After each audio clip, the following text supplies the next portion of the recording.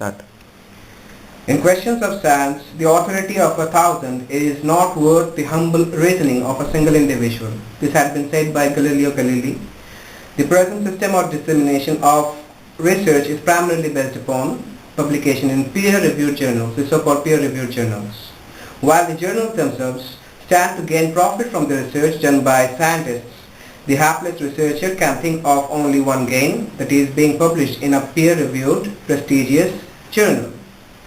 In today's world, many such prestigious journals even demand money from the researchers for publishing their work.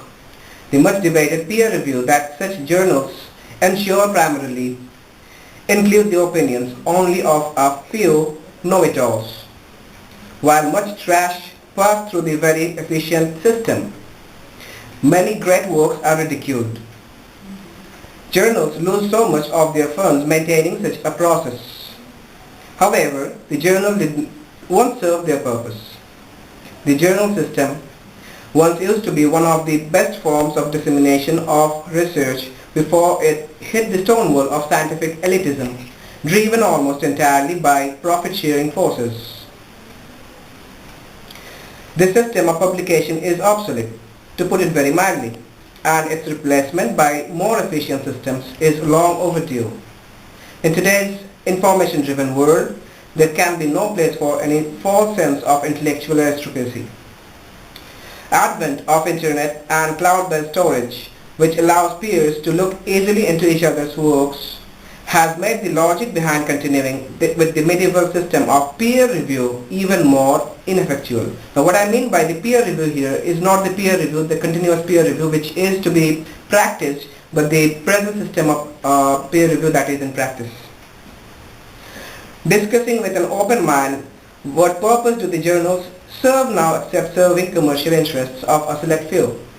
A free storage service like the Archive should be enough for disseminating research. While this particular storage has turned elitist over time, new ones like Fixture have many added features to make the work of scientific community easier. Fixture makes good use of cloud-based storage and it allows all forms of research to be published. Now we are trying to form a system, a new system called the Vitayard system or the Vitayard Open Research and Science System. What it proposes is the researchers themselves will cultivate the vast amount of data, the vast amount of papers that we already have in the repositories, the open access repositories, and they will pull them together, they will select them and with their names obviously on the selection, and Vitayard will run on all those selections. So in this way the money that is being driven out with regards to the peer review system can come back to the publisher and the cost will be diminished. The cost of publication will be diminished. And another way is what we propose is not a peer review by one or two people, even if it's a blind peer review that is being practiced nowadays, but what we propose is a continuous form of peer review, because any research should be, according to us, should encounter such a peer review system, because we have many open access journals in today's world which publish research just because they are being paid for. That means what? They charge huge amounts of money just to publish the research, and they take in any of the trash that is being given to them. I would like to quote a little bit from the Erasmus. Erasmus was a medieval scholar, a Latin scholar and a Catholic reformer. He said, "To what corner of the world do they not fly, these swarms of new books? It may be that one here and one there contributes something worth knowing, but the very multitude of them is hurtful to scholarship because it creates a glut, and even in good things, satiety is most harmful. The printers fill the world with books, not just trifling things such as I write perhaps, but stupid, ignorant, slanderous, scandalous, raving, irreligious and seditious books.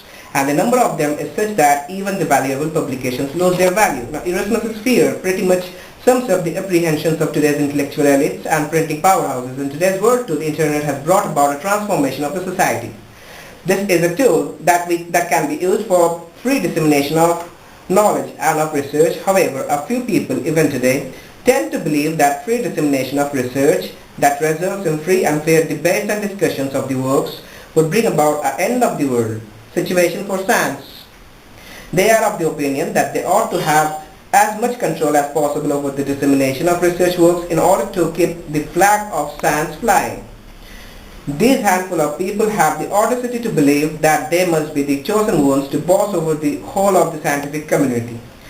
These are the people who oppose the open science and open knowledge movements. Now what we propose is to form a platform for the researchers themselves in order to empower them.